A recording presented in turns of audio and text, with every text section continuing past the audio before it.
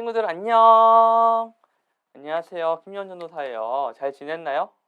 많이 더웠죠. 한 주간도 잘 지내셨는지 모르겠네요. 어, 전도사님은 감기도 걸리고 여러 가지 일들이 많았어요. 친구들은 어때요? 친구들은 잘 지내죠? 건강하죠? 건강하려면 어머니 아버지 말을 잘 들어야 해요. 알겠죠? 네.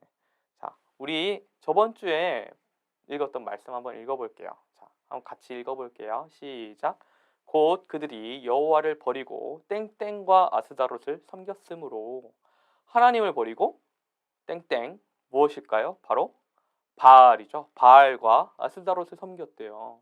드디어 이스라엘 백성들이 하나님을 안 섬기고 다른 우상을 섬겼다고 나와 있어요. 하나님을 안 섬기고 섬겼다고 말하는 건 진짜 하나님을 그냥 던져두고 다른 신들을 섬기기 시작했다는 걸 말해요. 그래서 하나님은 지금 어떤 상태실까요? 이스라엘 백성들이 안타까우셨겠죠. 그래서 어떻게 되냐면 하나님을 섬기지 않고 다른 신을 섬기게 되면 하나님이 응징하세요. 응징하시면 이스라엘 백성들이 어떻게 되죠? 다시 돌아오게 돼요. 돌아왔다가 또 좀 편해지면 다른 신들을 섬기는 거예요. 그리고 또 하나님께서 응징하셔. 이게 사사기에 반복되는 구조예요. 오늘은 어떨지 한번 볼게요. 오늘 말씀 다 같이 읽어볼게요. 조금 길지만 그래도 한번 전도사님 따라서 한번 같이 읽어볼게요.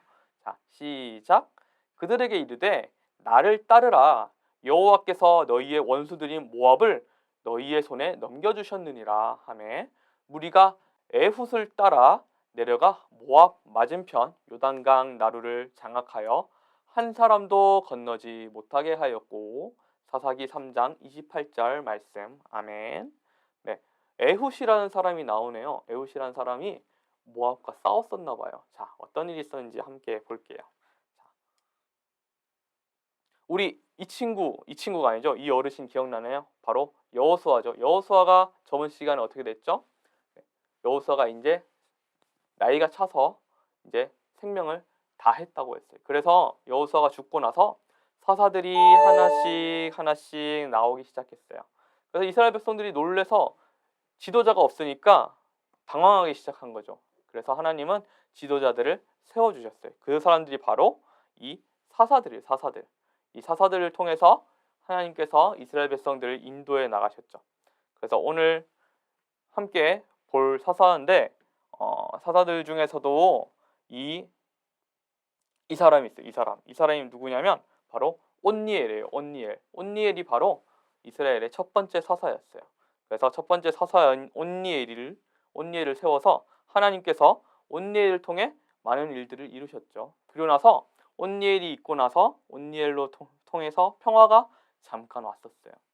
그랬는데 온니엘이 죽은 다음에 또 이스라엘 백성은 다시 악한 일을 저지르죠. 평화가 끝나고 평화가 이제 거의 끝나갈 쯤에 바알신을 예배하라. 바알신에게 영광을, 바알신을 다시 섬기자. 바알신에게 절을 하자. 그리고 바알신을 섬기게 되었어요. 바알신을 많이 섬겼죠. 그래서 하나님께서는 화가 나셨어요. 이스라엘 백성들이 여태까지 자기들 인도해준 하나님을 기억하지 않고 바알신, 아스다롯신을 섬기니까 모압 왕, 바로 옆에 있는 이웃인 모압 왕 에글론을 강하게 만드셨어요. 하나님께서 이스라엘 백성들을 이렇게 응징하시는 방법은 이 주변 나라들을 강하게 해서 이 주변 나라들이 이스라엘 백성들을 마구마구 괴롭히게 만드셨어요. 그래서 지금은 모압의 왕 에글론을 강하게 만드셨어요. 누가 에글론이냐? 여기 보이죠? 네, 많이 먹고 있는 이 쩝쩝거리면서 먹는 이 에글론. 자, 에글론을 하나님이 강하게 만드셨어요. 그래서 이 에글론이 이스라엘 땅을 넘보게 되었어요. 그래서 이스라엘을 공격하도록 하셨죠. 바로 하나님께서요. 하나님께서 이스라엘을 공격하도록 하셨어요. 에글론은 암몬, 아말렉 그 주변 백성들과 손을 잡고 이스라엘만 집중 공격하는 거예요. 그래서 이스라엘의 종려나무 성읍을 점령했어요. 그래서 이스라엘 백성들이 아주 괴롭게 되었죠. 그래서 에글론은 더 강해지게 되었어요. 그래서 이스라엘 백성들이 이제 에글론에게 조공을 바치게 됐어요. 조공. 그래서 얼마간의 수입이 있으면 그걸 다 에글론에게 바치게 되는 거예요. 그래서 이스라엘 백성들이 이렇게 힘든 상황들 가운데서 있었죠. 그래서 이스라엘 백성이 이렇게 힘들어지니까 또 누굴 찾게 돼요? 바알과 아스타롯을 찾는 게 아니라 이제 하나님을 찾게 돼요. 하나님이 우리를 위기에서 구해주셨지. 하나님은 우리를 위기에서 구해주셨어. 이제 우리도 하나님께 다시 절하고 하나님께 다시 찾자. 하나님께 기도하자. 그래야 우리를 해방시켜 주실 수 있을 거야 라고 생각해서 하나님을 다시 찾으며 부르짖었어요. 하나님 제발 우리 좀 살려주세요. 죄송해요. 한 번만 도와주세요. 죄송해요. 저희가 나쁜 길로 갔었습니다. 죄송합니다. 라고 사죄하고 하나님께 다시 나아가니까 하나님은 어때요?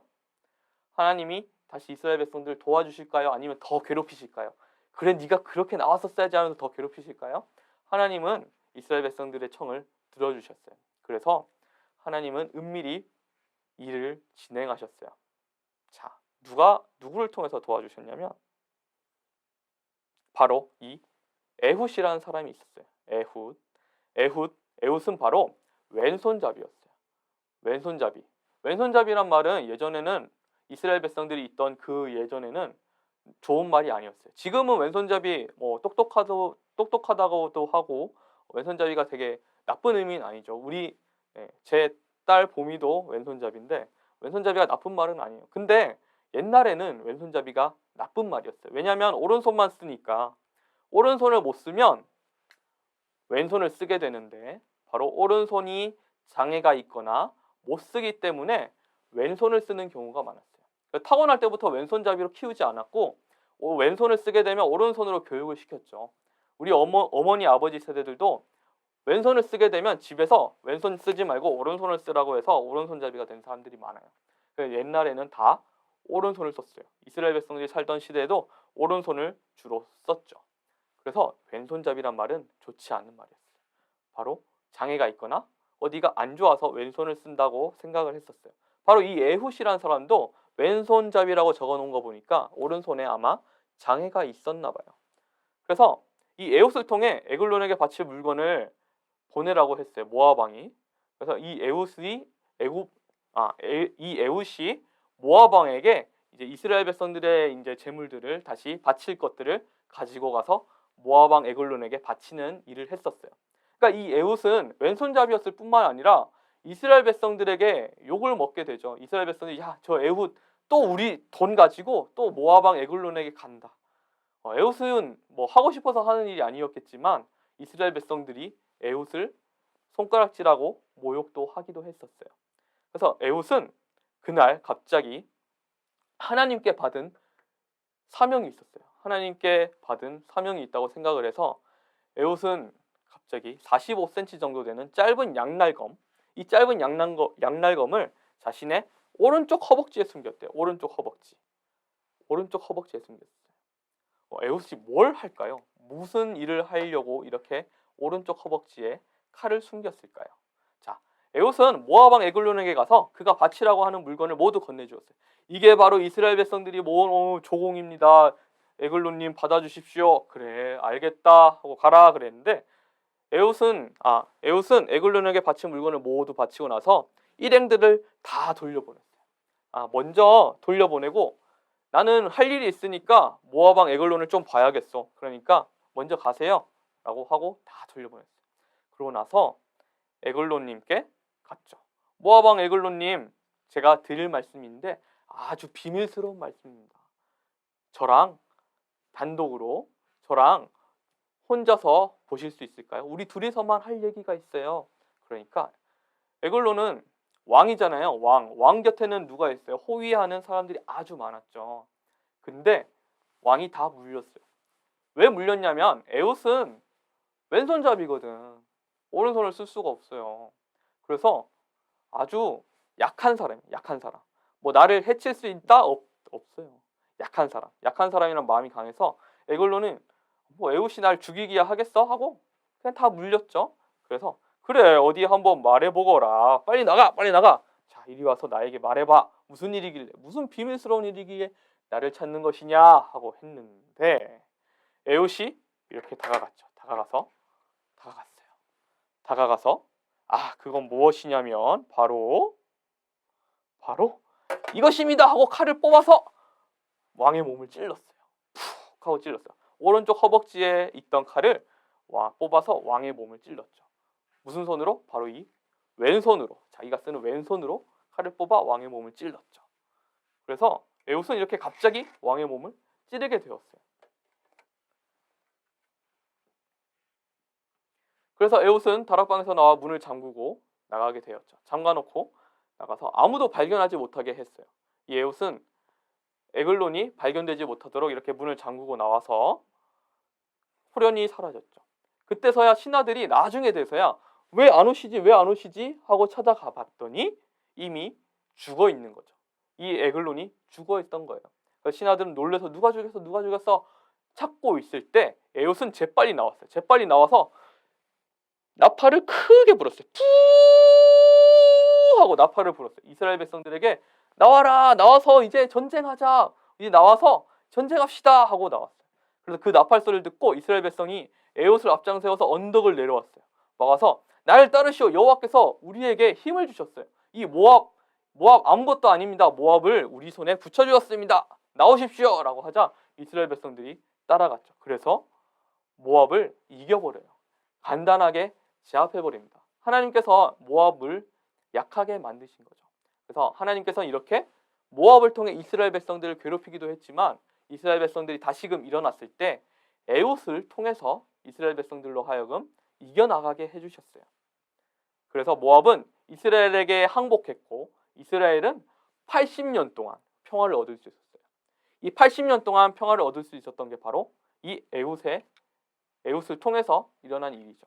80년 동안 아무도 괴롭히지 않고 아무도 괴롭히지 않는다는 건 뭘 뜻하냐면 이스라엘이 더 강해졌다는 걸 뜻해요. 아무도 이 사람을 건드릴 수 없어 라는 건 이스라엘이 그만큼 강해졌다는 거예요. 그래서 이스라엘이 오히려 주변 나라들에게 영향을 끼쳤다는 얘기죠. 이 80년 동안 강해졌다는 이야기예요. 하나님께서는 이렇게 이스라엘 백성을 돌보시고 위기에서 구해주셨어요. 이렇게 위기에서 구해주시면 이스라엘 백성들이 하나님께 돌아와서 늘 하나님만을 섬겼다면 80년 동안만 평화를 얻을 수 있었을까요? 80년이 지나서도 계속해서 평화가 계속됐겠죠. 하지만 80년 동안 평화를 얻을 수 있었다는 건 무슨 말이냐면 80년이 지났을 때는 다시 평화가 깨졌다는 말이 되겠죠.